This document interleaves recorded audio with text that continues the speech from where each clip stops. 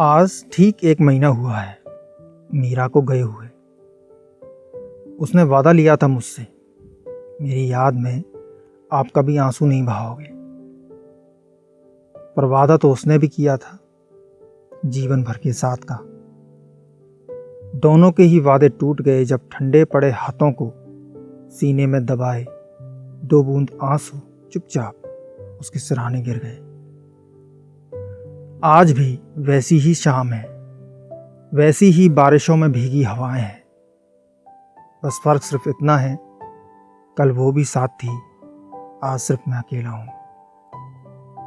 कल ये शाम रंगीन थी, आज बेरंग है। तो आप यहां बैठे हैं। अपनी गहन यादों के बीच एक जानी पहचानी आवाज ने मेरा ध्यान अपनी ओर खींचा। पीछे मुड़ के देखा तो परी खड़ी थी। पहले से काफी बड़ी हो गई थी। सफेद रंग के सलवार सूट, करीने से कंघी किए हुए बाल, माथे पे छोटी सी बिंदी और आंखों में वही पहले जैसा बारीक काजल। मैंने चेहरा दूसरी ओर घुमा, अपने नम आंखों को हथेली से पहुंचते हुए उसे पुकारा, आओ बेटा बैठो। वो धीमे पांव मेरे बगल में बैठ गई। हवा और तेज हो गई थी। हम दोनों बिना कुछ कहे खामोशी से क्षितिज को देख रहे थे, जहां सूरज मानो धीरे धीरे धरती की गोद में सोता जा रहा था। तभी न जाने कहां से एक तितली उड़ती हुई परी की हथेली पर आकर बैठ गई। उसके रंग बिरंगे पंखों को इतने करीब से देख पाने का यह मेरा पहला अवसर था। वो तितली उसकी हथेली पर इधर उधर घूम ही रही थी कि अचानक परी ने हाथ की उंगलियों से हथेली को ढक लिया। एक पल पहले जो तितली आजाद थी, अब एक बंद मुट्ठी में कैद हो चुकी थी। मैं थोड़ा सकपकाया और बेचैन भाव से परी से कहा, यह क्या किया तुमने बेटी? ऐसे तो वो तितली मर जाएगी। मेरी बातों का उस पर जैसे कोई असर ही नहीं हुआ। वो अब भी खामोशी से एक मुस्कुराहट के साथ अपनी बंद मुट्ठी को देखे जा रही थी। मेरी बेचैनी अब और बढ़ने लगी थी। अपने बढ़ते हुए गुस्से को दांतों में पीसते हुए उससे फिर कहा, बेटा वो मर जाएगी, उसे आजाद करो। उसने एक नजर मुझे देखा और फिर उसी मुस्कुराहट के साथ अपनी बंद मुट्ठी को फिर से देखने लगी। मेरे सब्र का बांध अब टूटने लगा था। मैंने गुस्से और झुंझलाहट में उसका हाथ अपनी ओर खींचा और झटके से उसकी बंद मुट्ठी को खोल तितली को आजाद कर दिया। और वह अगले ही पल बाकी तितलियों में जा मिली। मैंने उसका हाथ छोड़ा और अपनी तेज होती सांसों को संभालते हुए गंभीर स्वर में कहा, बेटा हम किसी के जीवन को यूं बांध के नहीं रख सकते। उसे भी जीना है, उसे भी तो आगे जाना है ना। सही कहा आपने। ढलती शाम की मध्यम होती रोशनी में क्षितिज पर आंखें टिकाए बड़े ही धीमे स्वर में वह बुदबुदाई और फिर धीमे से मेरी ओर चेहरा घुमाते हुए मेरी आंखों में झांककर एक प्रश्न भरे स्वर में मुझसे पूछा, हम किसी को यूं बांध के तो नहीं रख सकते ना। वो हौले से मुस्कुराई। उसकी यह बात मेरी कही बात का समर्थन कम, तर्क ज्यादा लग रही थी। यह वक्त की धारा है, इसमें सभी को आगे जाना है। कभी किसी का हाथ थाम कर तो कभी किसी का हाथ छोड़कर। मैंने अपनी आंखें झुका ली। मैं समझ चुका था कि उसका इशारा किसकी ओर था।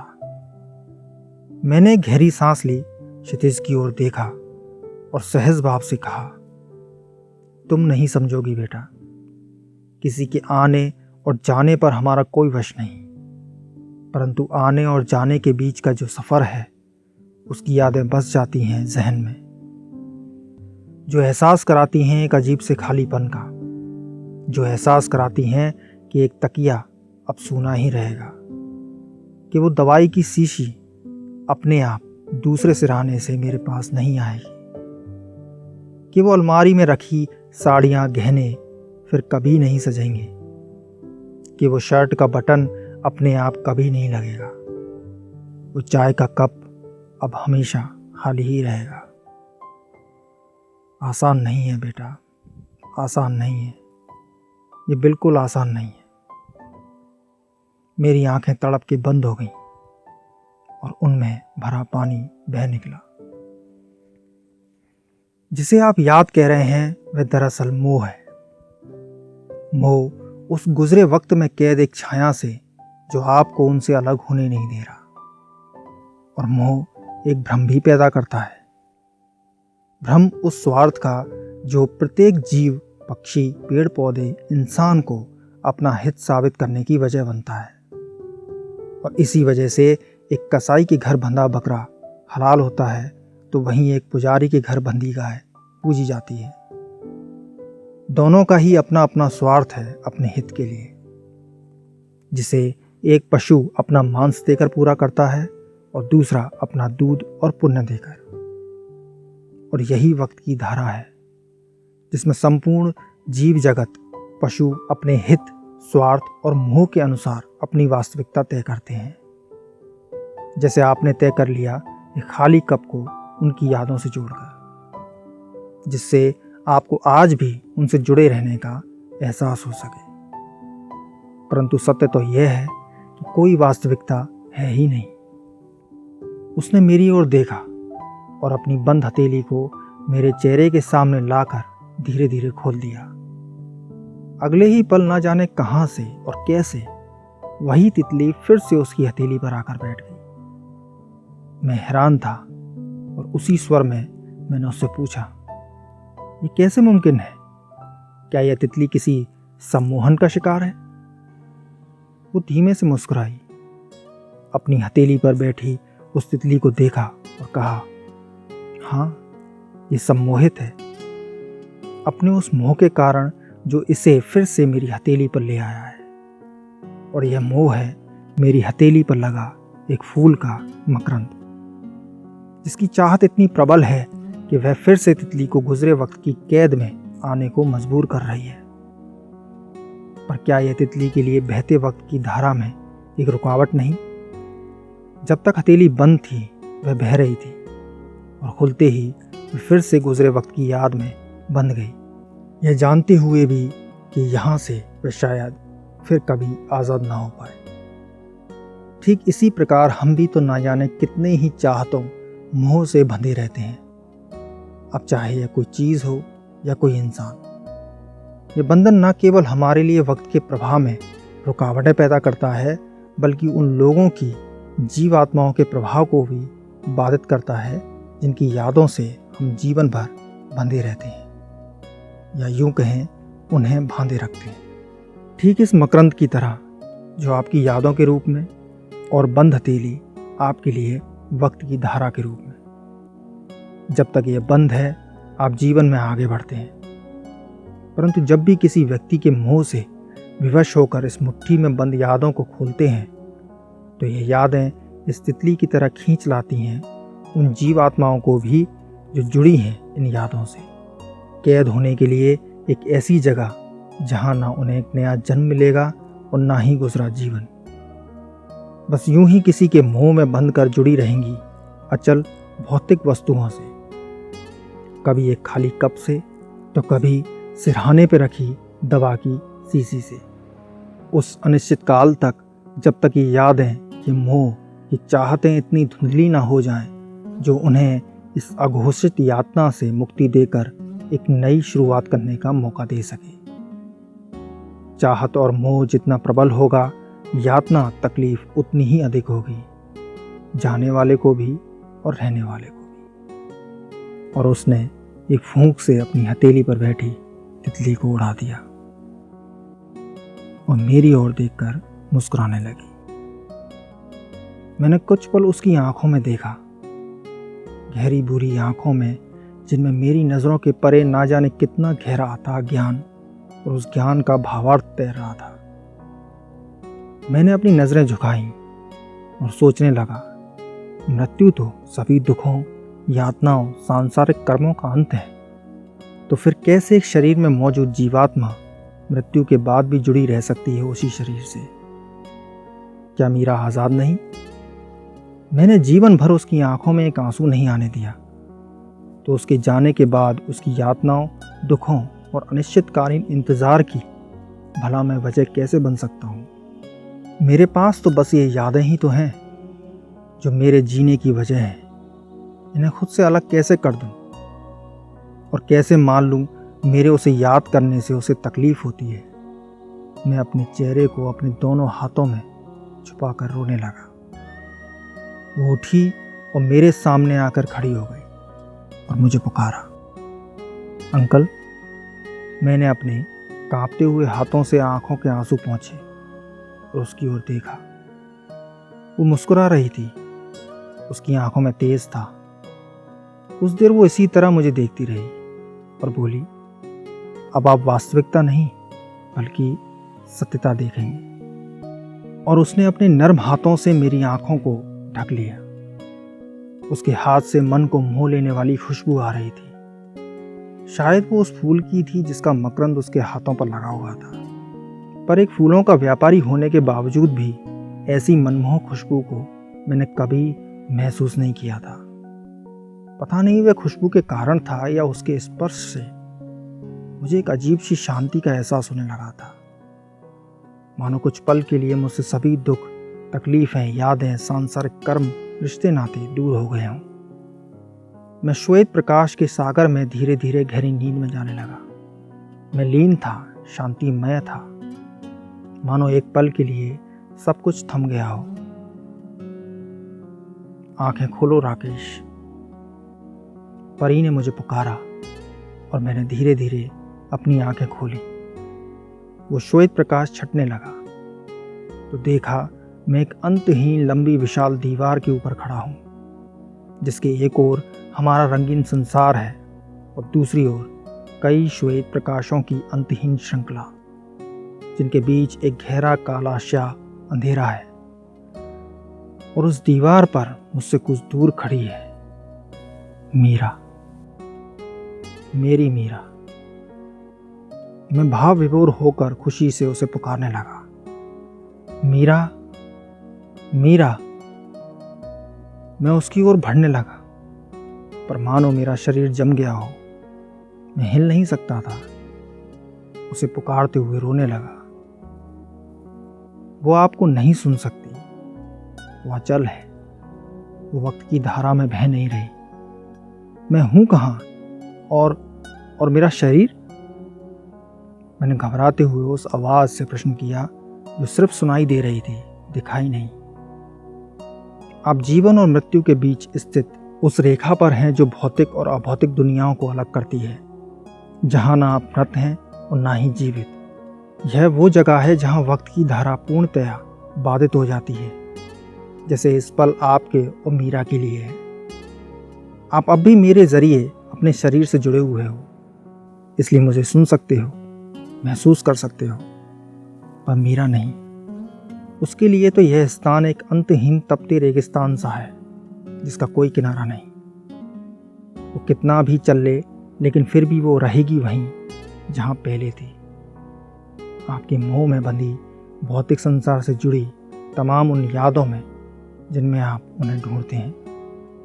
शरीर त्यागने के बाद एक जीवात्मा का सफ़र उन श्वेत धाराओं में है, जहां वक्त की धारा में बहकर वे फिर एक नया जन्म लेकर किसी के आंगन में नई किलकारियों के साथ एक नया सफ़र शुरू करेंगी। लेकिन मीरा नहीं, वो थम गई है वक्त की धारा से अलग एक स्याह वीरान बिंदु पर, जहां एक लंबे इंतजार के सिवा कुछ नहीं। वो अब लौट के कभी नहीं आएगी राकेश। यहां से आगे जाना ही उसकी आज़ादी है। मैं बस उसे ही देख रहा था। वो मेरे कितने करीब है, फिर भी दूर है। मेरा हृदय कांप रहा था और उसी कांपते हृदय से उसे छू लेने के दर्द में लिपटे बस दो ही शब्द मेरे मुंह से निकले, ओह मीरा। मैं टूट गया। उसे फिर एक नज़र देखा। वह अचल थी, खामोश थी, मानो कोई देह हो जिसे अपनी अंतिम यात्रा का इंतज़ार हो। मैंने अपनी भावनाओं को काबू में रख के भरे हुए मन से उस आवाज़ से पूछा, मैं कैसे आज़ाद करूं अपनी मीरा को। और मैं फफद फफद के रोने लगा। प्रेम राकेश, प्रेम, इसके कई रूप हैं। किसी के लिए यह मोहन है तो किसी के लिए बस एक मूर्त, पर उसका अर्थ एक ही है, निस्वार्थ भाव। प्रेम तभी आनंदमय है जब आप बदले में से कुछ न मांगे, जैसा कुदरत का तुमसे है। जबकि मोह स्वार्थी है, वो जितना देता है उतना ही बदले में मांगता भी है, जैसा तुम मांग रहे हो मीरा से उसका साथ। परंतु प्रेम तो आज़ाद है, उसे बांधा नहीं जा सकता। वह स्वतंत्र है हर उस पीड़ा से, याद से, स्वार्थ से, रिश्तों से जिनमें बंधे रहते हैं हम जीवन भर मोह के कारण, जो सदैव पीड़ा देता है। वो गुजारिश करता है वक्त के प्रवाह का रुख मोड़ उन्हीं यादों को फिर से जीने की जो छूट गई हैं किसी के जाने के बाद। पर वक्त किसी के लिए कहाँ रुकता है, वो तो बहता है। और इसी भाव में प्रकृति के तमाम परिवर्तन मुमकिन होते हैं। इसी परिवर्तन का एक हिस्सा है किसी का आना और किसी का जाना, जिस पर हमारा कोई वश नहीं। जो वश में है और जो हमेशा रहेगा वह है उस व्यक्ति के साथ वक्त के प्रवाह में खट्टी मीठी सुनहरी यादों के साथ एक लंबा जीवन गुजारने की आज़ादी। वे यादें जो किसी के जाने के बाद एक खाली कप या सिरहाने पर रखी दवा की शीशी को देखने पर मुस्कान के साथ याद रहेंगी, पीड़ा के रूप में नहीं। प्रेम इन यादों को आपके जीवन के सुखद अनुभवों का हिस्सा बनाकर वक्त के प्रवाह में बहने की आज़ादी देता है, जबकि मोह इन यादों को जीवन के कड़वे अनुभवों से बांधकर वक्त के प्रवाह में रुकावट पैदा करता है। अपनी यादों में सुख को तलाशिए, आपको प्रेम नजर आएगा, जो कड़वे अनुभवों को भी मिटा कर वक्त के प्रवाह में बहा ले जाएगा कुछ और नए अनुभवों की ओर। और यही होगा मीरा की आज़ादी का द्वार। मैं लगातार उसे ही देख रहा था, एक मासूम सी छवि जीवन और मृत्यु के बीच अंधकार में सिर्फ मेरे लिए खड़ी थी। मैंने अपनी आंखें बंद की और फिर चला गया उसी श्वेत प्रकाश में अपनी मीरा के साथ बिताए जीवन के पलों में, तोड़ लाने उन्हीं लाल रस से भरी बेरियों को जो वो बचपन में बड़े चाव से खाती थी, सही करने चारपाई के उस टूटे पाए को जिसने हमारी शादी की पहली रात की याद को जीवन भर हंसते हुए याद करने पर मजबूर कर दिया, झगड़ने उस पकौड़े वाले से जिसने उस दिन उसकी मनपसंद चटनी नहीं दी और जिसका कारण मुझे समझकर वो 3 दिन तक मुझसे बोली नहीं, पकड़ने रंगे हाथों उसे मिठाई के टुकड़े के साथ जिसे डॉक्टर के मना करने के बावजूद वो चोरी छुपे खाया करती थी, संभालने और संवारने उन सभी फेंके हुए कपड़ों, जूतों और तौलिए को जिसको लेकर वो हमेशा मुझसे झगड़ा करती थी। मेरे चेहरे पर आज पहली बार मुस्कुराहट आई थी। कितनी खूबसूरत यादें थी हमारी।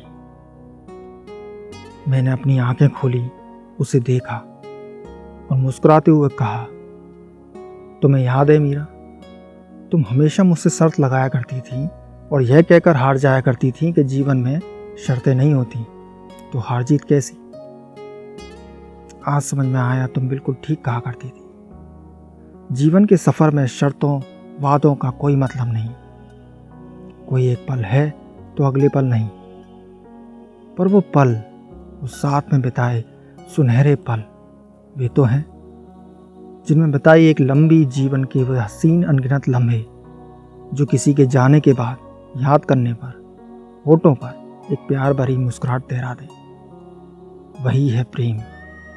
प्रेम से सरोवर, मेरी तुम्हारी वे खूबसूरत याद है। मैं इन्हीं यादों को अपने हृदय में संजोकर अपने आने वाले जीवन के बचे हुए पलों में महसूस करूंगा। तुम्हें प्रेम के साथ, तुम्हारी प्रसन्नता, शांति और आज़ादी के लिए। जाओ मीरा, वक्त के प्रवाह में बहने के लिए, कहीं और एक जन्म, एक नई शुरुआत के लिए। वो छवि जो अभी तक अचल थी धीरे धीरे धुंधली होने लगी और एक प्रकाश के पुंज में बदलकर बह चली उन्हीं श्वेत धाराओं में मिलने अपने नए सफ़र की ओर। मैंने उसे जाते हुए देखा, शायद एक अंतिम बार। मेरी आंखों में आंसू थे, पर इस बार उनमें सुकून भी था। मैंने अपनी आंखें बंद की और धीरे धीरे लौटने लगा अपने भौतिक संसार में। मुझे अपना शरीर महसूस होने लगा।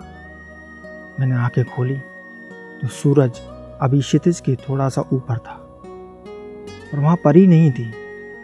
मैंने इधर उधर देखा और वो कहीं नहीं थी। क्या मैं कोई सपना देख रहा था? मैंने खुद से सवाल किया। परंतु तभी वही तितली मेरी नज़रों के सामने से क्षितिज की ओर उड़ चली।